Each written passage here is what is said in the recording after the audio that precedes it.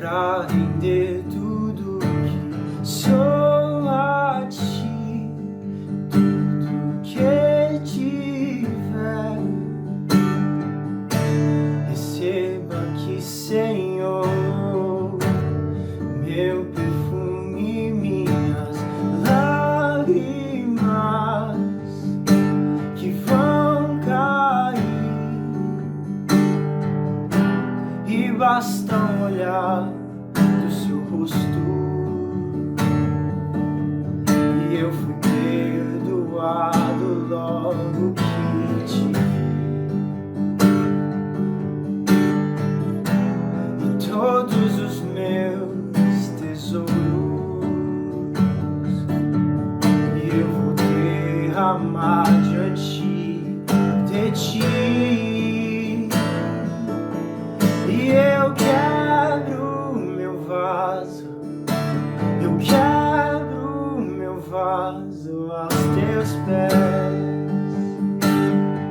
aos pés do meu amado.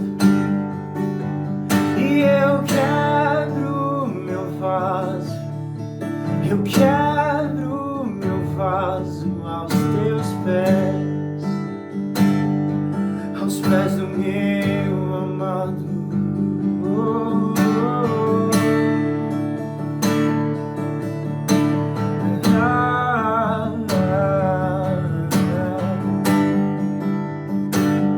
Estamos aos teus pés,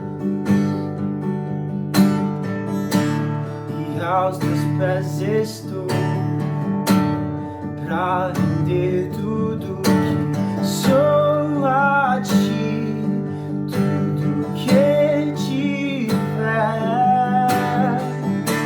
Receba aqui, Senhor, meu perfume, minhas lágrimas que vão cair, e basta um olhar do seu rosto e eu fui perdoado logo que te vi.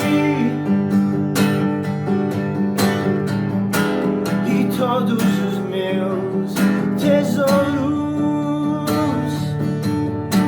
vou derramar diante de ti.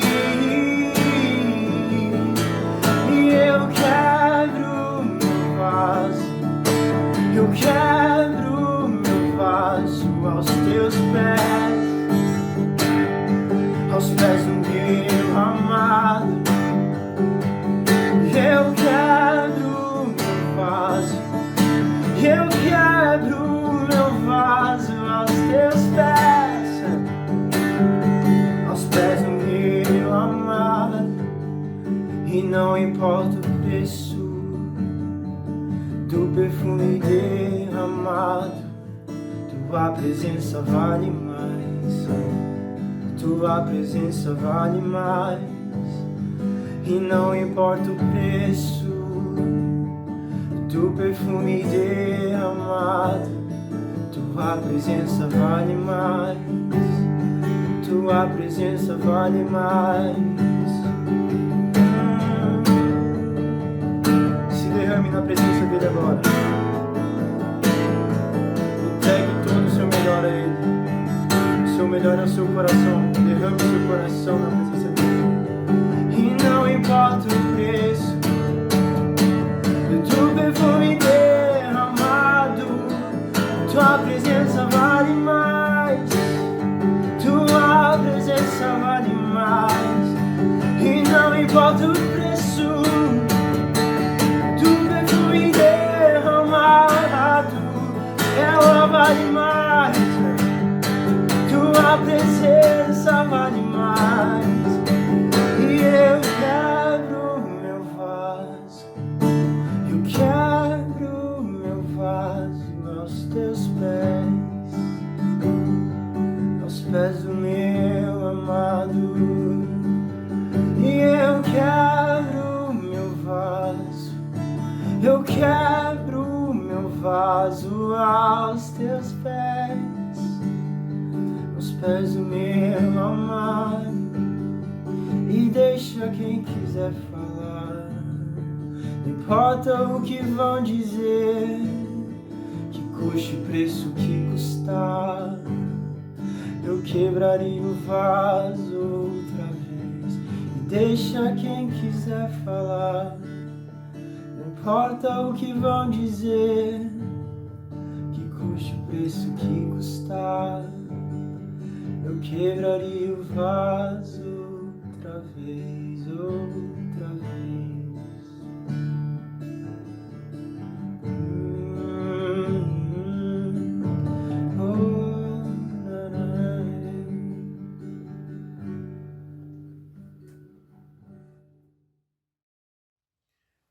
Boa noite, graça e paz. Graças a Deus estamos mais uma vez participando desse culto maravilhoso, um culto de estudo da Palavra de Deus, mas um culto maravilhoso onde nós entramos na presença do Senhor para louvar e bendizer o seu santo nome. Vamos abrir as nossas Bíblias em Hebreus capítulo 1. Vamos ler do versículo 1 ao versículo 4. Hebreus capítulo 1. Havendo Deus outrora falado muitas vezes e de muitas maneiras aos pais pelos profetas, nestes últimos dias nos falou pelo Filho, a quem constituiu herdeiro de todas as coisas, pelo qual também fez o universo. Ele que é o resplendor da glória e a expressão exata do seu ser, sustentando todas as coisas pela palavra do seu poder, depois de ter feito a purificação dos pecados, assentou-se à direita da majestade nas alturas, tendo se tornado tão superior aos anjos, quanto herdou mais excelente nome do que eles. Graças a Deus podemos ter acesso à palavra do Senhor e cada vez mais estarmos lendo, aprendendo e ouvindo das coisas do nosso Deus. Graças a Deus que vivemos num país onde ainda podemos ter acesso a essa palavra bendita. Vamos continuar esse culto, vamos fazer uma oração. Querido, bondoso e maravilhoso Deus, nós te louvamos e te damos graças, bendizemos o teu nome, Senhor. Poderoso Deus, nós te louvamos.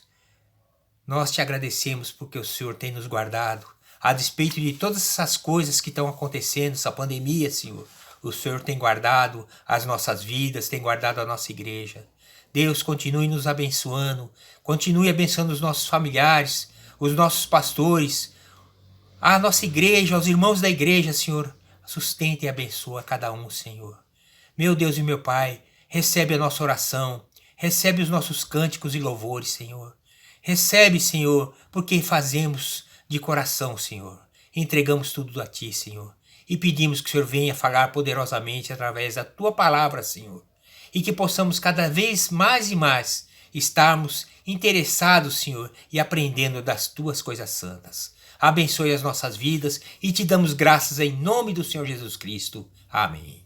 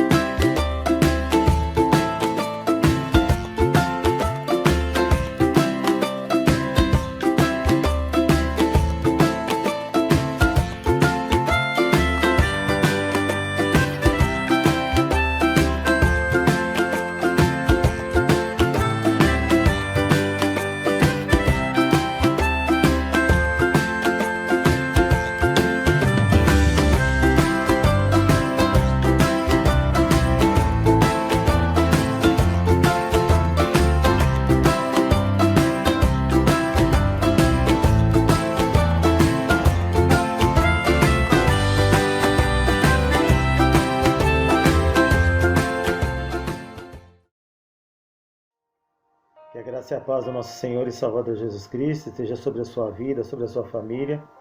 Nesse momento que agora vamos estar orando e agradecendo a Deus por tantas bênçãos que Ele tem derramado sobre as nossas vidas, sobre a igreja, sobre a sua vida.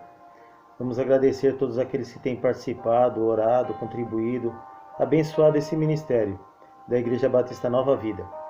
Antes de orar, gostaria de estar lendo um texto da carta do apóstolo Paulo, segunda carta aos Coríntios, no capítulo 9, verso 7 diz assim: cada um contribua segundo propôs no seu coração, não com tristeza ou por necessidade ou obrigação, pois Deus ama quem dá com alegria, e Deus é poderoso para fazer que lhes seja acrescentada toda a graça, para que em todas as coisas, em todo o tempo, tendo tudo o que é necessário, vocês transbordem em toda boa obra, como está escrito: distribuiu, deu seus bens aos necessitados, a sua justiça permanece para sempre. Antes de orar, também gostaria de agradecer a todos que têm abençoado o ministério dessa igreja, Batista Nova Vida, principalmente na área da ação social. A ação social envolve toda a igreja, e tem um comunicado do nosso pastor presidente, uma parte diz assim que toda a área social da igreja, ela nos traz a adorar a Deus com os dons que Ele nos concedeu, né? Ele nos capacita a cada vida para que sirva o Senhor com seus dons, sendo um privilégio servir ao Senhor. Em terceiro lugar, promove a unidade do corpo de Cristo, a igreja e a sua comunhão no Espírito Santo de Deus.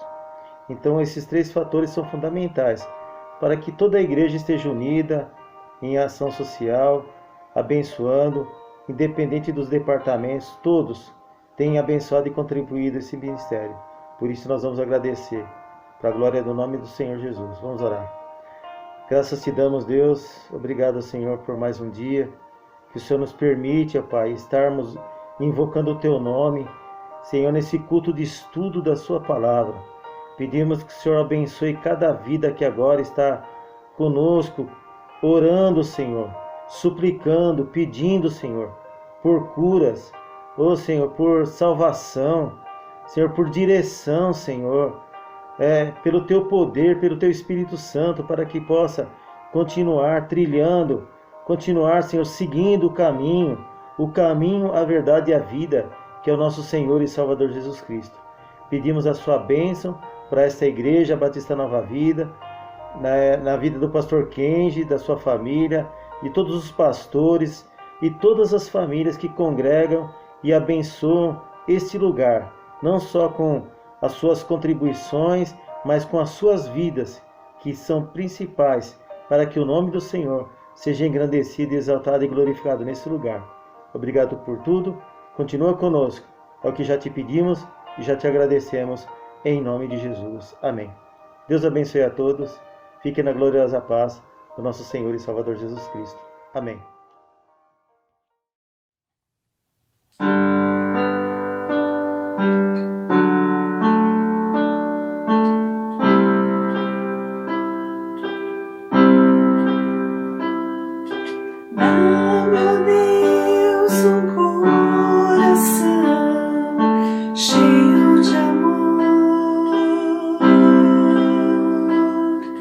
Cheio de adoração a Ti, Senhor,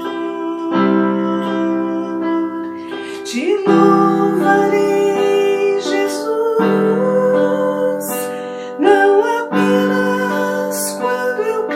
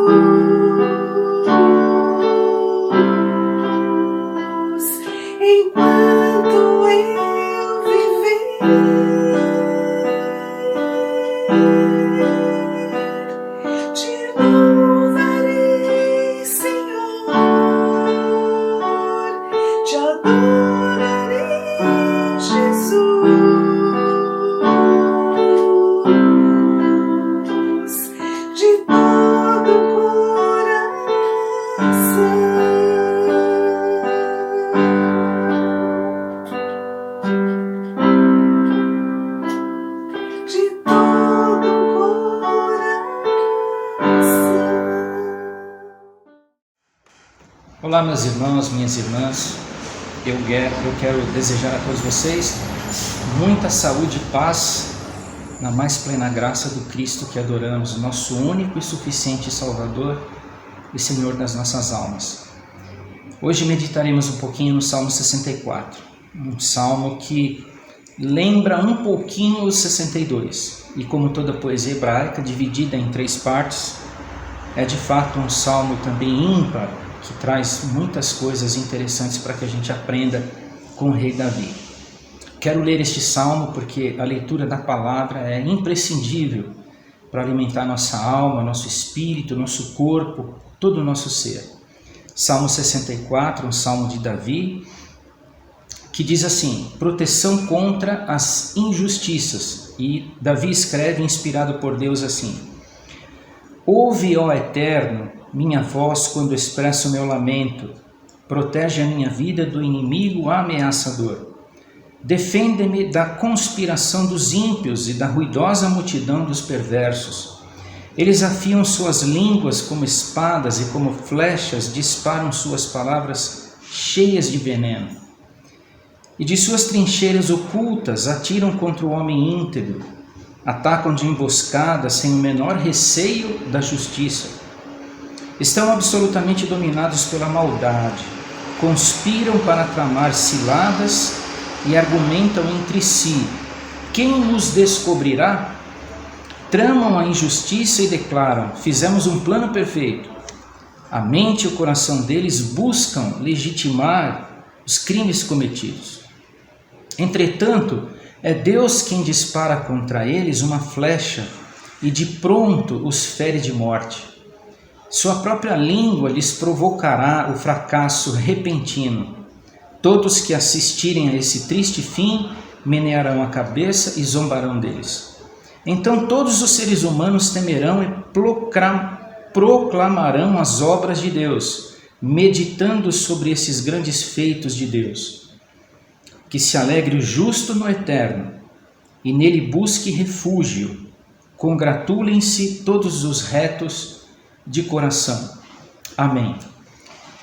Eu quero meditar um pouquinho com os irmãos sobre este salmo, lembrando que, como toda a poesia hebraica, são sempre, na maioria das vezes, divididas em 3 situações, em 3 divisões. O Salmo 64 possui 2 títulos dados pelo ser humano, uma vez que esses subtítulos ou títulos que estão aí nos Salmos não são de inspiração divina, é o homem que coloca esse título. A palavra é inspirada, mas os títulos são dados pelos homens. Então, por exemplo, há uma tradução que fala assim: proteção contra os inimigos. E eu li para vocês nessa versão King James, proteção contra as injustiças. Eu prefiro o primeiro título que eu li para vocês, proteção contra a injustiça ou as injustiças. Por quê? Porque nós sabemos que muitas vezes, nem sempre, os inimigos se mostram com clareza. Nós temos inimigos, mas a gente não sabe quem é. Muitas vezes quem são. Então, se a gente não sabe qual é a face dos inimigos que nos cercam, prefiro esse título aqui, proteção contra as injustiças. Davi começa o salmo retratando parte da sua vida que está implícita aqui, e ele sabe que possui muitos inimigos que produzem as injustiças contra ele. Por exemplo, olha só o currículo de Davi, o bastardo Davi. Dá uma olhada. A poesia retrata isso sobre sua vida implicitamente. Diz assim: nós sabemos que Davi era o homem segundo o coração de Deus. Davi foi o único rei ungido 3 vezes como rei de Israel, conforme já disse no outro estudo. A Bíblia diz que Davi, que significa amado de Deus, ele recebe do Eterno a promessa que dele sairia o Messias. Então ele, Davi, faz parte da descendência do Messias, o Filho de Deus. Davi foi o único rei de Israel capaz de unificar as 12 tribos. Ninguém conseguiu isso, só Davi. Salomão deu continuidade, mas quem unificou as 12 tribos foi Davi. Ainda uma outra qualidade encontrada na vida de Davi. Ele era um rei cuja sinceridade nunca foi imitada por nenhum rei de Israel. Exclui Jesus, que é perfeito, Deus encarnado. Nenhum outro rei de Israel pode imitar ou pôde imitar a sinceridade de Davi. Davi era um homem íntegro diante de Deus, das coisas de Deus. Pecador, mas sincero. Ninguém teve essa sinceridade como ele. Ele era um homem simples, apesar da sua realeza. Tanto que dançou diante da Arca da Aliança quando ela foi trazida para a cidade. Diz a Bíblia que ele dançou com tanta força, com tanta alegria, que Mical, lá do palácio, reprovou a vida de Davi. Falou assim: como é que pode um rei se mostrar assim diante dos súditos? Ele ficou muito triste, disse assim: do teu ventre nunca sairá filho. E é verdade, Mical nunca deu descendência a Davi. Davi também era como eu disse no estudo passado, um antítipo de Jesus Cristo, que está identificado no Salmo 63. Um tipo de Jesus Cristo, uma pessoa que imita a vida de Cristo. Então fica a pergunta para nós: como não invejar um homem que possui essas qualidades? Naquele tempo ainda, Davi sabia que por causa dessas qualidades, por ter se tornado um amado de Deus, ele foi amado por muitos e odiado por outros tantos. E ele sabia disso. E ele revela os seus sentimentos na maioria das suas poesias, nos salmos que escreveu, e aqui no Salmo 64 também revela os seus sentimentos.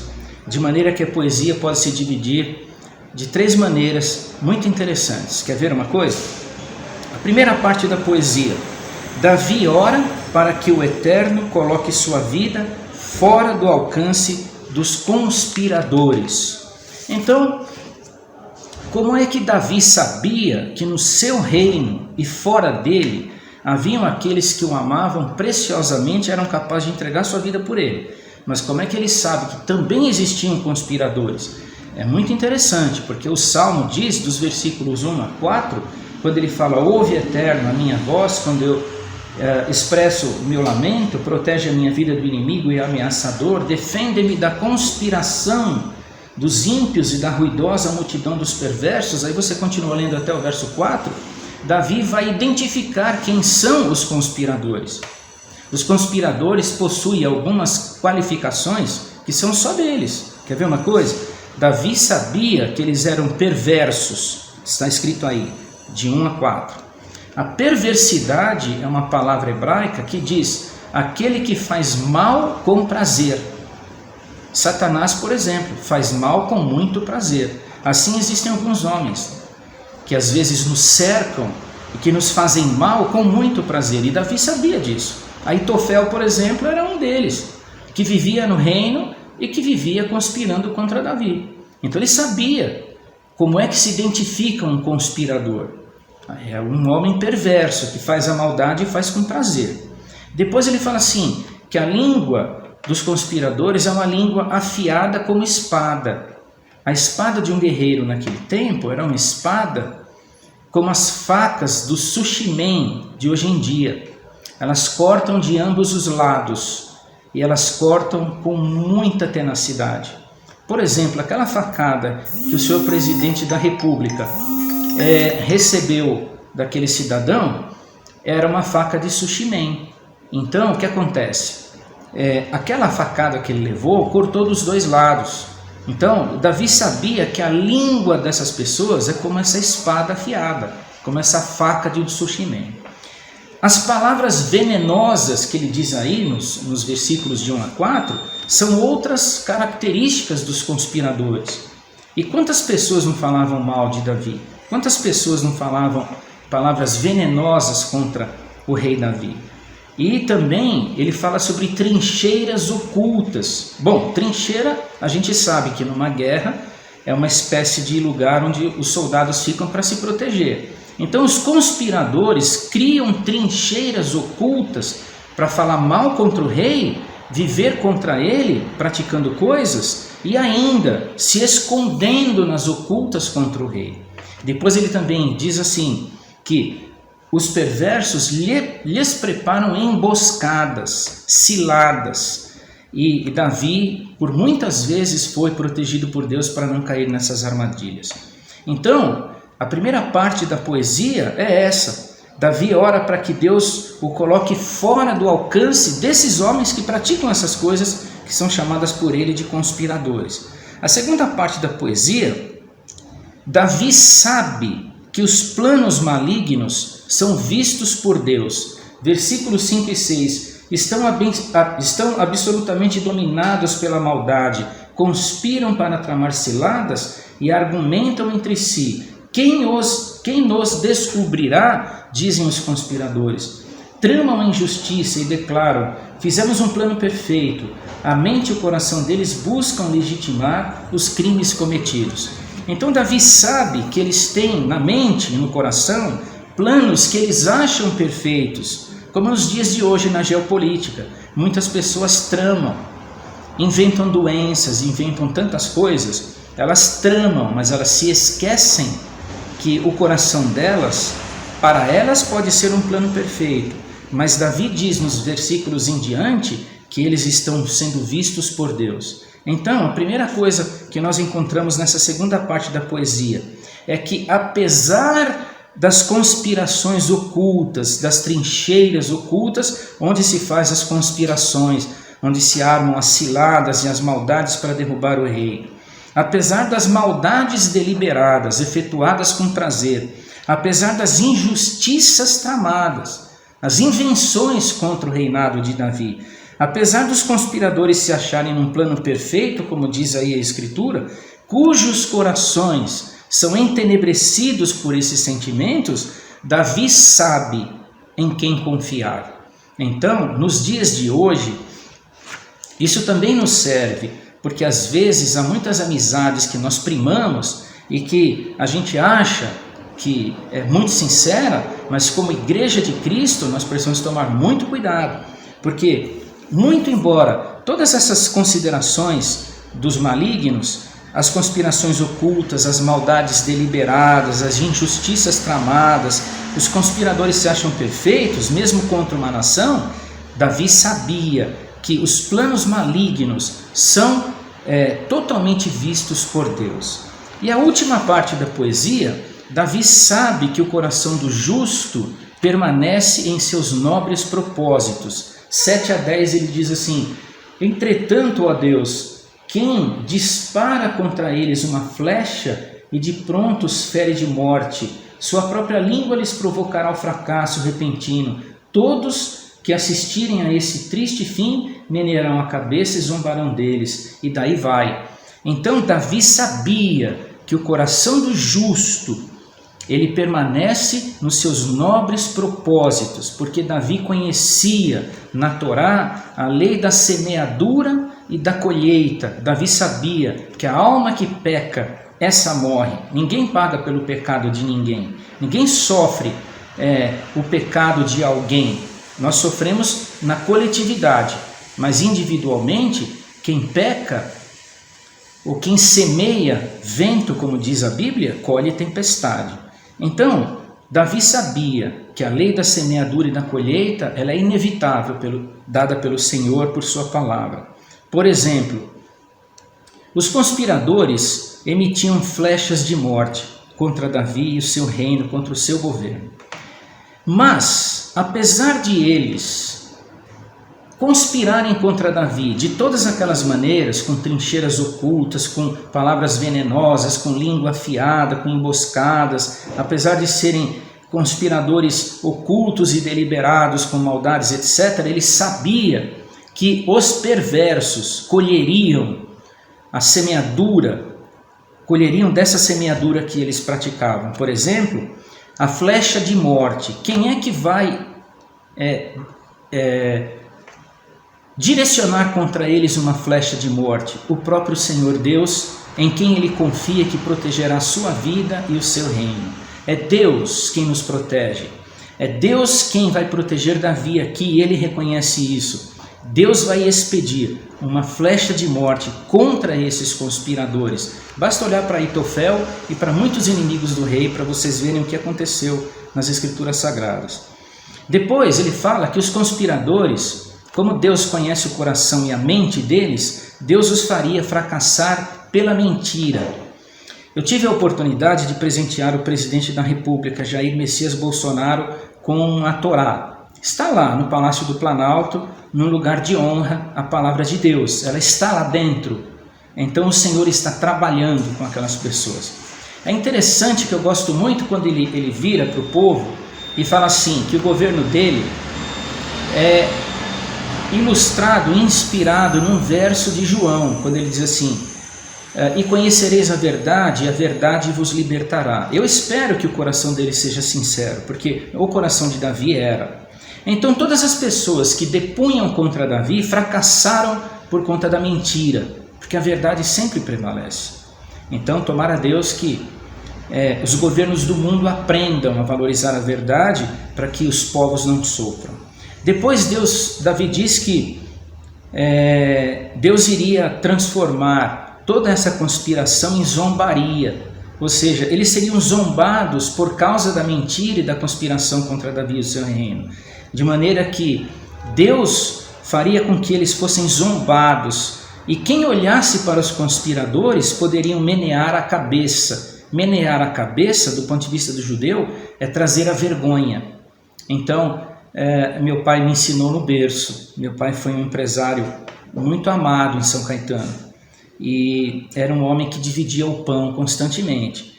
E ele dizia o seguinte, nada trazemos e nada levaremos, como diz a Escritura Sagrada. Uma coisa apenas levaremos dessa vida, a honra que o Senhor nos concede. Então lute para que o seu nome esteja limpo, porque Deus não merece que nós sujemos o nome que Ele nos dá por negócios escusos, por semeadura de coisas terríveis. E depois acabei aprendendo isso na Escritura com muito mais veemência. Então, se Davi sabe que a lei da semeadura e da colheita serve para os iníquos, para os conspiradores, ela também serve para os justos, para os nobres de coração, que são os crentes. São aqueles que servem a Deus, como Davi servia. Ele diz assim, então, todos os seres humanos temerão e proclamarão as obras de Deus, meditando sobre esses grandes feitos de Deus, que se alegre o justo no eterno e nele busque refúgio, congratulem-se todos os retos de coração. Se há lei da semeadura e da colheita para os incrédulos, para os perversos, para os injustos, para os crentes justificados em Cristo, como Davi, também existe lei de semeadura e colheita. Porque quando nós semeamos coisas boas, Davi diz aí na poesia, o meditar nas grandes obras, quem é justo recolhe de Deus uma bênção preciosa, que é o temor e o tremor do Senhor. E a Bíblia diz que o temor do Senhor produz a sabedoria de Deus em nós. Então, o temor do Senhor nos traz, primeiramente, o meditar nas grandes obras de Deus. Então, pega o Salmo de número 12, dê uma lida naquele salmo, naquela linda poesia, quando ele começa a olhar para a natureza e ver a mão de Deus, da belíssima criação que Deus fez. É só você se olhar no espelho e você ver que você é imago Dei, em latim, imagem de Deus. Deus fez grandes obras, a começar da sua vida, que é um homem de Deus, uma mulher de Deus, uma criança de Deus, um adolescente, um jovem de Deus. Você faz parte da grande obra do Senhor Deus. Então quem teme ao Senhor consegue enxergar as grandes obras que Ele faz. Às vezes parece que as coisas vão afundar, vão acabar, e de repente o Senhor aparece e nos livra e nos mostra que quem manda é Ele, e as suas grandes obras acabam aparecendo, e nós o glorificamos por isso. A segunda coisa na semeadura e colheita dos justos é que a alegria de ter o Senhor como refúgio é maravilhoso. A alegria de ter o Senhor como refúgio é, eu tenho onde me esconder, estou sendo provado, vou ficar quieto, vou meditar em Deus, na sua palavra, vou me refugiar no Senhor, eu tenho onde descansar. A minha dor é grande, mas o Senhor é o meu refúgio. A perseguição é grande no meu emprego, mas o Senhor é justo e Ele é o meu refúgio. E quando eu encontro em Deus o meu refúgio, eu encontro o que Davi encontrou.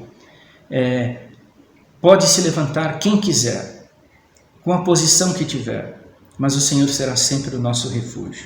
E por último, Davi diz que a semeadura e a colheita dos justos, que começa com o temor do Senhor, que traz meditar nas grandes obras, a alegria de ter o Senhor como refúgio. Por último, ele traz a comunhão dos salvos, justificados por Deus. Quero fazer uma pergunta: quem é que não está com saudade do templo, cheinho de pessoas, cheinho de adoradores a Deus? Se nós como ovelhas estamos perplexos de vontade de voltar a comungar como salvos por Jesus Cristo no templo, eu fico imaginando o coração do pastor Kenji, que é o pastor, que é o nosso pastor. Pastor vive de ovelha.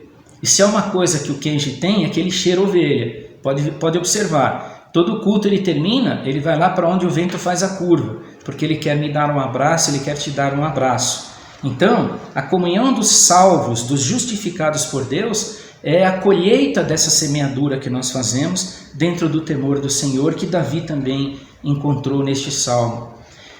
Aqui existe um remeter a umas palavras muito interessantes de Salomão, e com isso eu quero concluir. Isso daqui, no Salmo, muitos dos Salmos, muito da palavra de Deus traz verdades implícitas. Elas não são explícitas, mas elas estão implícitas. São verdades eternas que estão aí. Se você abrir a sua Bíblia agora para Provérbios 4, 23 a 27, você vai encontrar um texto muito bonito. Vou utilizar só mais alguns minutinhos. Não se canse. Provérbios 4, 23 a 27 começa dizendo assim: sobre todas as coisas que se deve guardar, guarda o teu coração, porque dele procedem as fontes da vida. E ele continua: afasta para longe da tua boca as palavras perversas, e não permitas que teus lábios pronunciem qualquer mentira. Olha sempre para frente, mantenha o teu olhar fixo no objetivo a ser alcançado. E ele fala assim: reflete sobre as tuas escolhas e sobre o caminho por onde andas, e todos os teus planos sejam bem-sucedidos ou serão bem-sucedidos. Não te desvies nem para a direita nem para a esquerda, retira o teu pé da malignidade. Este salmo retrata coisas para guardar. 4 coisas: guarda o teu coração, guarda a tua língua, guarda a tua mente, guarda os teus pés. Então, guardar a mente, guardar o coração, guardar a língua, guardar os pés. Termino dizendo uma coisa sobre Jesus, que viveu intensamente esse salmo. Isaías fala sobre Cristo assim: quão formosos são sobre os montes os pés do que anuncia as coisas boas, do que anuncia a paz. Esse é Jesus, que cumpriu integralmente esse salmo. Deus abençoe a todos.